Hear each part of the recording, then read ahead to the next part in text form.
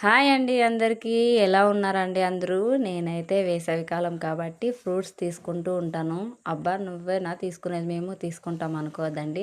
ప్రతి ఒక్కరూ వాటర్ ఎక్కువ తాగండి, ఫ్రూట్స్ ఎక్కువ తినండి. ముఖ్యంగా పిల్లల్ని ఎండకి పంపియొద్దండి.